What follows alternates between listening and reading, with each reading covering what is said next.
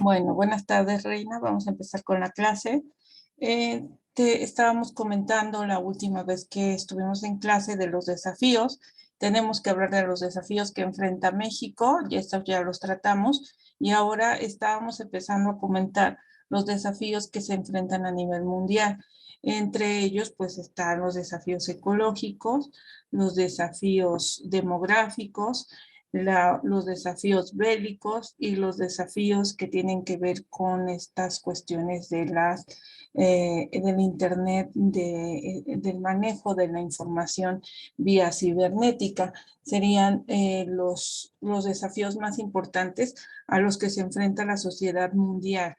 Vamos a empezar con una presentación para que abordemos los desafíos, empecemos a abordar los desafíos. Eh, Vamos a empezar a hablar los desafíos ecológicos. Te estoy compartiendo pantalla y voy a empezar a presentar esto.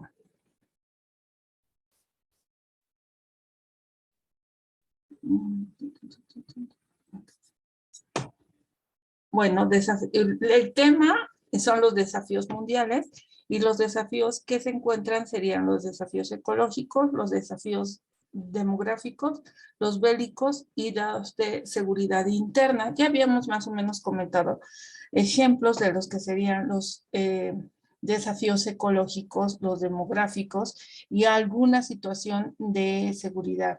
Pero vamos a visualizar bien concretamente cuáles serían los desafíos ecológicos a los cuales se enfrentan todas las naciones. Dice, pese a la preocupación que ha surgido en los últimos años en torno al medio ambiente, los habitantes del planeta nos enfrentamos a serias amenazas que no son, que no, de no ser resueltas a tiempo y con soluciones específicas, podrían poner en riesgo la supervivencia de especies animales y también la nuestra. Estos los podemos clasificar de la siguiente manera. Uno es el cambio climático. Se trata de la principal preocupación en este terreno. Los cambios meteorológicos que apreciamos en la actualidad son producto de acción humana, cuyos métodos están provocando graves daños en los ciclos naturales de la Tierra. Y en puntos del planeta como Burkina Faso, hay familias que padecen las consecuencias de un clima errático. Ahora las épocas del año y sequías son diferentes. La temporada de lluvias es más corta, pero el agua cae con mayor intensidad. En cambio, la temporada seca se ha prolongado. Esto afecta negativamente a los huertos domésticos. La tierra de cultivo se resiente, sus cosechas son escasas y no disponen de suficientes alimentos hasta la próxima cosecha.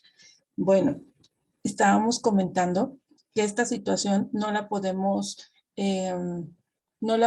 dividir en situaciones de, de, de geografía, ¿no? Por ejemplo, o de economía, que podremos hablar, ¿no? Pues los países los países desarrollados tienen todo un programa ecológico, el cual hace que sus empresas sí contaminen, porque muchas empresas, pues por su naturaleza misma, tienden a contaminar, pero tienen programas que ayudan al medio ambiente, y entonces buscan un equilibrio entre esa explotación que hacen de la tierra y del hábitat. También tienden a ayudar a tratar de compensar. Y sí es cierto, en los países desarrollados, todas estas políticas ecológicas son mucho mayor reguladas que en los países subdesarrollados como el nuestro. Pero no, este problema nos atañe a todos. La consecuencia que en lugares como América Latina se esté explotando el hábitat sin tener un planteamiento sustentable, tiene también consecuencias a nivel mundial, no solamente de esa región. Todo eso no, afecta a tanto a países europeos como Canadá, todos los países desarrollados. Entonces, esta es una problemática la cual no se puede abordar ni se puede solucionar solamente fraccionariamente. O sea, se tiene que buscar una solución, y si no es una solución, por lo menos estrategias para poder tener una sustentabilidad de nuestro hábitat, porque como te lo leí hace un momento, esto podría poner en riesgo pues el sistema mismo, ¿no? La sobrevivencia del ser humano. Entonces, ya aquí lo podemos visualizar con algunos ejemplos, les decía en clase. Por ejemplo, cuando antes, a lo mejor todavía que ustedes estaban un poco más pequeños, podían visualizar bien el cambio de las estaciones del año. Podrían visualizar cuál era la primavera y qué características tenía, el invierno qué características.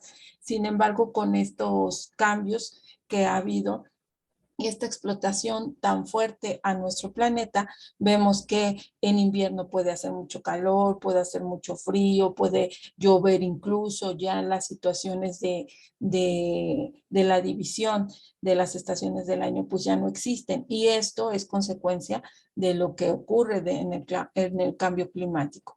Muchas veces, por ejemplo, vemos en lugares donde se ha estado explotando y se han estado terminando los bosques, todos los árboles, en esos lugares llueve y hay mucha deslave de tierras, incluso ha habido lugares donde los pueblos quedan sepultados porque la explotación y la tala de árboles no se hace de una manera planificada, y entonces estas consecuencias del cambio climático pues nos traen mucha pues muchas tragedias y también puede ser en el sector agropecuario mucha dinámica de bajar lo que es las ganancias y la productividad. Entonces, bueno, este es uno muy importante, que es el cambio climático.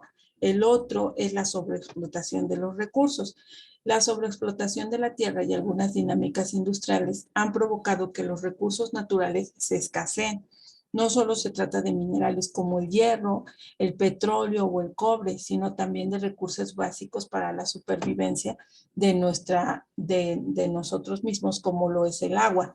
Esto ha provocado la pérdida de la biodiversidad, la extinción de especies animales y el desplazamiento de millones de personas y familias que deben migrar a otros sitios para garantizar su seguridad alimentaria y la sanitaria. Entonces, bueno, esto también viene de la mano con la primera característica que hablábamos del cambio climático. También la sobreexplotación de los recursos naturales ha traído muchas consecuencias, tanto económicas como de nuestras características naturales de nuestro hábitat. La siguiente es la contaminación. Desde hace algunas décadas, los residuos que generamos sobrepasan la capacidad de la Tierra para eliminarlos. La basura en ríos, océanos y suelos están generando graves daños para el equilibrio terrestre, además de los residuos químicos que se mezclan en el aire que respiramos. La campaña Detox de Greenpeace informa desde hace años a la ciudadanía del perjuicio que está ocasionando la industria textil al medio ambiente. Invita a reflexionar sobre las políticas de consumo actuales. Incluso cada vez más son las enfermedades actuales que provienen de la creciente contaminación a la que estamos expuestos. La Organización Mundial de la Salud estimó en 2016 que la contaminación ambiental del aire era la razón de los más de 4 millones de fallecimientos prematuros anuales en el mundo. Entonces, bueno, también hablábamos en clase que otra forma en la que nosotros tenemos esta situación y tendemos sin ser conscientes a esta situación de la contaminación, como dice, nosotros tendemos a ser consumistas, ¿no? Y entonces a veces tenemos pantalones que todavía nos sirven, pero como ya no están tan de moda, tenemos que comprar otros, y esos pantalones los tiramos, y entonces eso genera también contaminación. No tenemos una educación o una cultura de reciclaje, de volver a utilizar, de buscar otra alternativa. Entonces, también la cultura del consumo en donde estamos metidos todos en el sistema hace que día a día haya residuos que generamos y que ya no sabemos, ya no se sabe ni dónde meter esos residuos, ¿no? Como los celulares, por ejemplo, como muchas baterías. Los celulares a veces sirven todavía, pero como ya no está de moda, pues los desechamos. Todas esas situaciones generadas por el consumismo también generan contaminación. Y la contaminación a la larga pues genera también muertes y desequilibrio a nivel mundial. El calentamiento global. La presencia de elementos químicos en el aire, especialmente cloro y bromo, han provocado que las moléculas de la capa de ozono se separen y se generen grandes orificios. Esta capa es nuestra principal defensa contra los rayos solares, que de este modo golpean con mayor fuerza en la Tierra. Son fuente de enfermedades como el cáncer y el origen de otros desastres ambientales, como el deterioro de grandes extensiones de tierra, el deshielo de los polos y la sequía de ríos y lagos. ¿Y cuál es nuestro papel? Primero debemos de tomar conciencia de la situación y luego actuar para mitigar esa huella que está dejando el ser humano en nuestro planeta. ¿Qué es, por ejemplo, lo que nosotros vivimos constantemente? El sol. Salimos al sol y si ya no tenemos bloqueador, el sol nos genera una capa que se quema, incluso nos arde la piel y esto trae como consecuencias, claro, a lo largo de los años se está presentando con mayor intensidad el cáncer en la piel. Por eso mismo, porque todo lo que estamos, los químicos que se están generando en el aire por tanta explotación e industria, están haciendo que esa capa de ozono se vaya abriendo o se vaya haciendo mucho más delgada. Y eso hace que los rayos solares no lleguen sin tanta protección y están generando muchas enfermedades en los seres humanos y, como dice también aquí, desastres naturales. No solamente eso, sino las sequías en los ríos, el deterioro y el deslave de los hielos, todo eso trae como consecuencia, está como todo ligado a una situación en la que pues el equilibrio ecológico se pierde. Y esto trae como consecuencia pues que haya muchos espacios en la Tierra que están siendo ya no están siendo habitados o no pueden ser habitados porque es muy peligroso.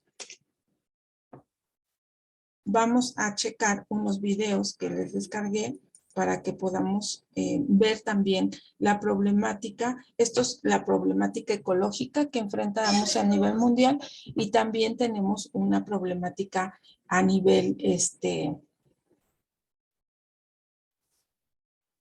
demográfico por las cuestiones del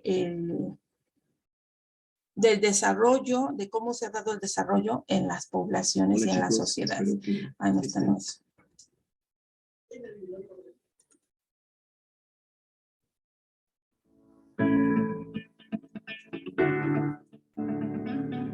Ciencia, salud y medio ambiente. 9º grado. La población humana ha ido incrementando desde hace siglos, lo cual nos ha llevado a modificar los sistemas naturales para la obtención de bienes y servicios que son indispensables. O bueno, algunos de ellos tal vez no son tan indispensables. Sin embargo, lo que hay que hacer es reconocer que nosotros utilizamos recursos y al hacerlo modificamos el entorno, el ambiente.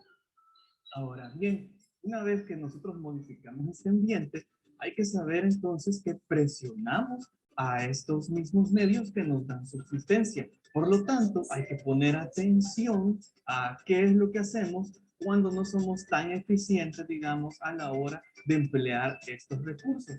Eso es lo que veremos ahora, pero lo haremos siguiendo primero un poquito la historia. Observa el gráfico en pantalla. Relaciona el tamaño de la población humana con respecto al tiempo. Nota que en un principio se mantenía bastante estable, pero a partir de la revolución industrial existe un crecimiento acelerado. A partir de ese momento fue mucho más sencillo producir y movilizarse. por lo que pudieron extraerse grandes cantidades de recursos naturales, que a su vez acentuaban el desarrollo industrial. Como resultado, las cosas eran más baratas y más gente tuvo acceso a alimentación y vivienda. Esta primera época de bonanza permitió que la población creciera drásticamente y que las personas se mudaran a las ciudades donde era más fácil encontrar empleo.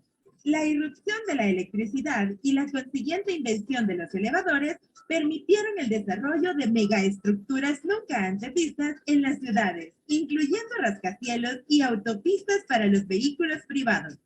En todo el mundo, las ciudades con estas características empezaron a acaparar más personas, aumentando su población y consumiendo cada vez más recursos.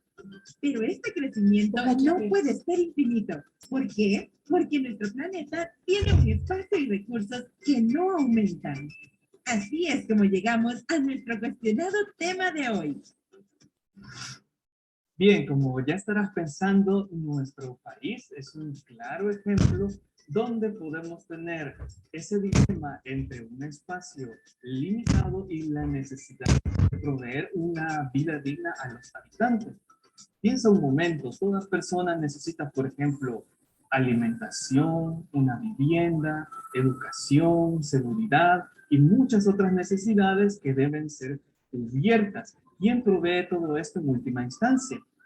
Pues el ambiente, es decir, los sistemas naturales. Así podemos decir que los seres humanos alteramos los sistemas naturales en la medida que tenemos tres propósitos fundamentales. Y estos serían, el primero, pues extraer los recursos que necesitamos. El segundo es utilizar el espacio pues para otra cosa, por ejemplo, para la agricultura. Y el tercero sería la disposición de nuestros residuos. Ahora bien, estas alteraciones que producimos en el ambiente las llamamos impactos ambientales. Lo veremos más claro con un ejemplo. Bien, imagina por un momento que nosotros queremos ofrecerle una vivienda a unas 500 personas.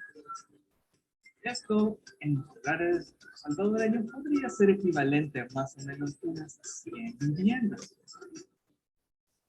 Bien, ahora no suena nada mal, ¿no? Le vamos a dar estas viviendas a 500 personas. Incluso eso podría significar que podamos justificar una construcción incluso de una escuela.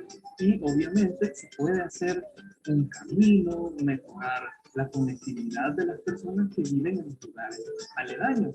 Entonces, tenemos este proyecto. Ahora, esto, si lo hacemos en nuestro país, muy probablemente lo tengamos que hacer en un área donde tenga una vegetación original o una vegetación secundaria, no hay problema, pero habrá una zona arbolada, por decirlo así. Entonces, ese cambio en el uso del suelo, pues generará ciertos impactos. ¿Los podemos medir? Claro que sí, hay varias metodologías para ello. Vamos a hacer el pequeño ejercicio de cómo sería una ponderación de este tipo de situaciones que suceden habitualmente en el día a día en nuestro país. Entonces, lo primero que hay que considerar es que vamos a hacer un cambio en el ambiente, en los factores ambientales. Los podemos listar y es cuáles son los factores de ambiente que hay en el lugar. Por ejemplo, el agua, el suelo, el clima, etcétera. Obviamente, esas cosas pueden verse alteradas o pueden ser, ¿no? Pueden ser destruidas o incluso pueden ser mejoradas. Pero recordemos también que los seres humanos somos parte del ambiente. Entonces, también podemos incluir el sociosistema y listar todos aquellos factores culturales que también se verán impactados por el proyecto.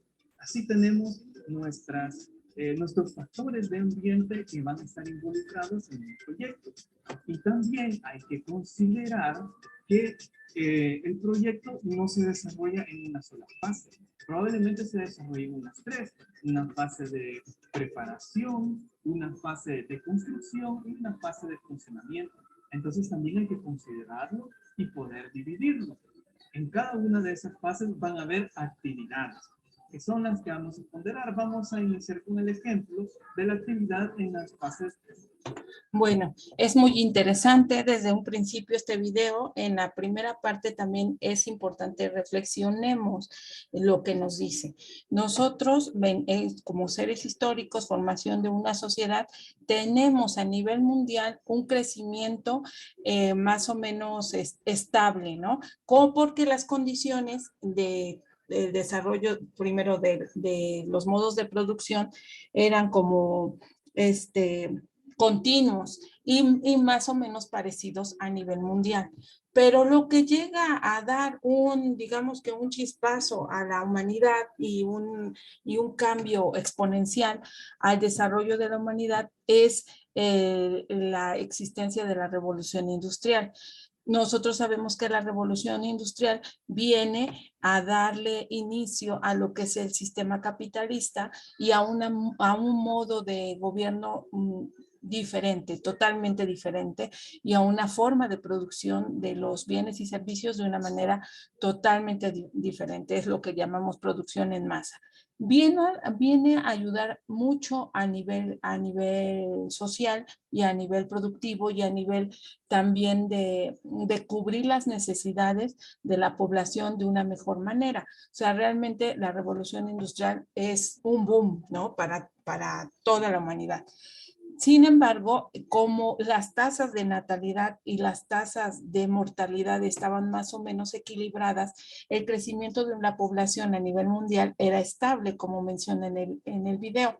Cuando las condiciones mejoran a nivel muy drástico, a nivel exponencial por la revolución industrial, pues la calidad de vida mejora. Y por lo tanto, la tasa de mortalidad baja. Y entonces la tasa de natalidad sigue estable, la tasa de mortalidad baja y por lo tanto hay un incremento en la población. El incremento en la población va a traer como consecuencia que, como lo explica aquí el maestro, si nosotros tenemos un determinado territorio que ya está industrializado, que ya está poblado, ese territorio está destinado para cierta cantidad de ciudadanos o está hecho para cierta cantidad de ciudadanos. ¿Qué pasa cuando hay industrialización en unos lugares y en otros lugares no hay? Hay mejor calidad de vida en unos lugares y en otros lugares no lo hay, pues lo que nosotros conocemos como migración. La gente, para poder vivir de una mejor manera, tiende a migrar a los lugares industrializados, a los lugares donde ellos ven que la calidad de vida es mejor. Por lo tanto, se sobrepoblan, hay una sobrepoblación de esos lugares muy fuerte y por lo tanto se tiene que poblar lugares que no estaban destinados para eso. El gobierno tiene que abrir otros, digamos, se crean otras colonias y esas colonias cuando se crean, como les estaba explicando aquí el profesor, cuando se crean se tiene que estudiar el impacto natural que existe, ¿no? Porque cuando tú vas a llegar a poner cableado para Comisión Federal de Electricidad, vas a poner drenaje para que tengan servicio de agua, toda esta infraestructura que se tiene que hacer en las colonias, pues va a pegar al hábitat natural del lugar y lo vas a tener que, le vas a tener que dar en la torre a todas las especies naturales que existan. ¿Por qué? Porque vas a hacerlo con condiciones para que el ser humano pueda vivir ahí. Entonces, esto trae como consecuencias, pues sí, consecuencias muy drásticas en lo demográfico y también consecuencias muy drásticas en el equilibrio ecológico de los lugares que están industrializados. ¿Sí? Seguimos con esto. Preparatorias cuando se está iniciando. ¿Qué es, por ejemplo, en la preparación del terreno? Probablemente lo primero que se hace es una limpieza. ¿Y esto qué implica? Muy bien, dependiendo del lugar, puede ser que implique la llegada de maquinaria pesada que remueva los árboles y cualquier otra estructura, rocas que se encuentren ahí. Entonces, esto va a tener un impacto en el suelo. Por ejemplo, en la tierra y en el suelo, ¿qué será? ¿Cuánto podrá impactar? podemos hacer una pequeña escala y ponderar desde -3 para los impactos negativos hasta +3 para los impactos que puedan ser positivos. En esta escala 0 sería el neutro. Entonces, si nosotros consideramos que el suelo se va a ver impactado, digamos que bastante, sería un -2. Esto es de manera negativa. Si nosotros pensamos que la calidad del agua se va a ver también reducida, dependiendo del área que estemos viendo, pues podría ser un, digamos, -1, porque siempre se va a seguir filtrando el agua. Ahora bien, esto es mi apreciación. Normalmente esto se hace con un conjunto de personas que llegan a un consenso de cuánto sería ese impacto y se pondera. En cuanto a la atmósfera, la calidad de la atmósfera va a bajar, probablemente no mucho.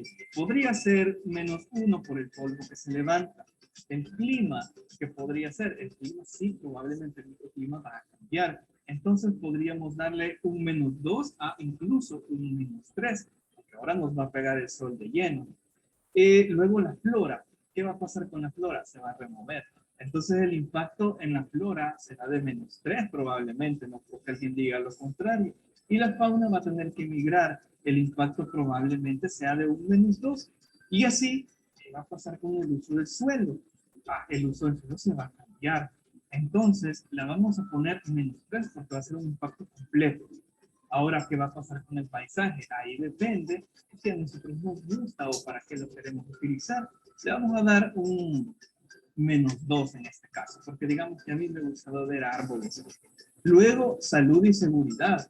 Probablemente la salud y la seguridad sí mejore, aunque no tanto. Así que le vamos a poner 1. Voy a usar el signo ahorita solo para mostrar. Y empleos, se van a generar empleos, claro que sí, al menos en esta fase puede ser de 3. Y los servicios se van a mejorar. En esta fase probablemente no. La disposición de los residuos, para muchos residuos, le vamos a dar un -2. Bien, entonces ahora, como puedes ver, ya podemos incluso hacer una sumatoria para ponderar los impactos, tanto por las actividades que se van desarrollando, es decir, sumando las columnas, pero también lo podemos hacer sumando para saber si, por ejemplo, la actividad va a ser más impactante sobre la tierra, sobre el agua, es decir, el proyecto en general. Por ejemplo, si tenemos aquí la nivelación y la compactación, haciendo el mismo símil, decimos que la tierra y los suelos va a tener esta nivelación un impacto, digamos, de -2 también, por decir algo. Entonces, ahora ya podemos hacer esa sumatoria y así, -1, o sea. Bueno, pues entonces aquí en este ejercicio que está haciendo el maestro, nos podemos nosotros visualizar cómo se debe de planificar la cuestión para el crecimiento poblacional, para poder hacer hábitats donde se necesiten por el desarrollo demográfico de cada lugar. Desgraciadamente, ahora sí, ahora en la actualidad ya existe esta situación de planeación, pero antes no lo había. Entonces hay muchos lugares que fueron siendo poblados sin tener esta visualización del impacto que puede tener o que va a tener en el ecosistema. Y entonces es ahí donde vemos a veces unas colonias que están pobladas, pero que son colonias que cuando tiembla son colonias de riesgo, o cuando llueve mucho son colonias de riesgo, porque no están situadas en un lugar en donde se planificó. Y también vemos que tiene consecuencias en la cuestión del hábitat, ¿no? Porque son lugares que a lo mejor estaban destinados o que naturalmente eran el hábitat de alguna especie animal que se extinguió porque no hubo la cuestión de la planificación.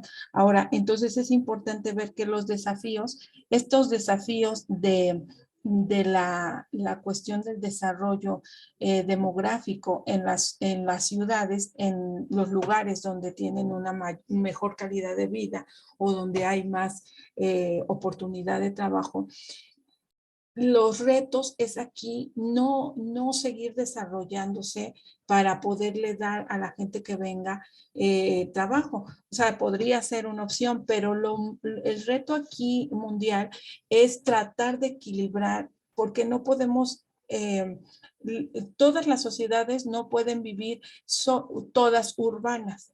Nosotros necesitamos de las zonas que no son, que son rurales y que son destinadas al campo, y que en el campo se producen muchísimas cosas para el beneficio de la sociedad en general y de las zonas urbanas mucho. Entonces necesitamos tener ese equilibrio, que exista, y que las dos zonas, que los dos partes, tanto los lugares urbanos como los rurales, puedan tener la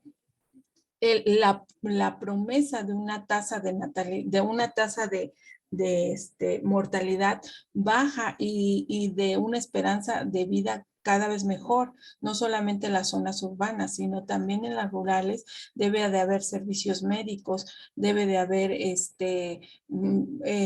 farmacias, debe de haber todos los servicios competitivos y que hay en las zonas urbanas, para que no tenga la gente que emigrar. La gente migra por la razón de que en su lugar de origen no tienen una esperanza de vida o una forma de vida adecuada.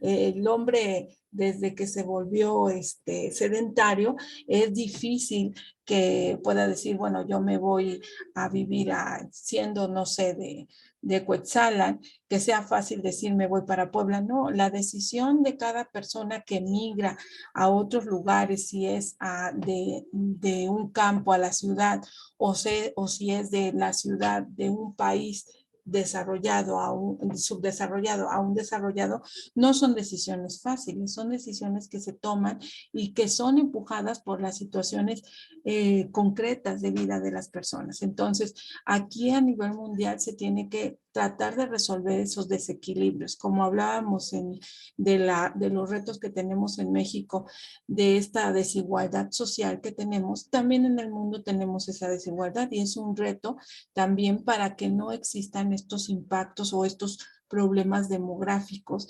que estamos viendo. Este es un ejemplo, lo que menciona el maestro, pero hay otras más razones de desafíos demográficos que, bueno, podemos hablar en la clase de mañana. Por hoy sería todo. No sé si tengas alguna duda. María, Reina. No, maestra, no tengo ninguna duda. Ok, ¿ya entregaste la cartilla? Ya le entregué. Ah, perfecto, hija. Entonces, si puedes, nos vemos mañana aquí en clase. Por hoy es todo, ¿sale? Sí, maestra, hasta mañana. Hasta mañana. Buena tarde.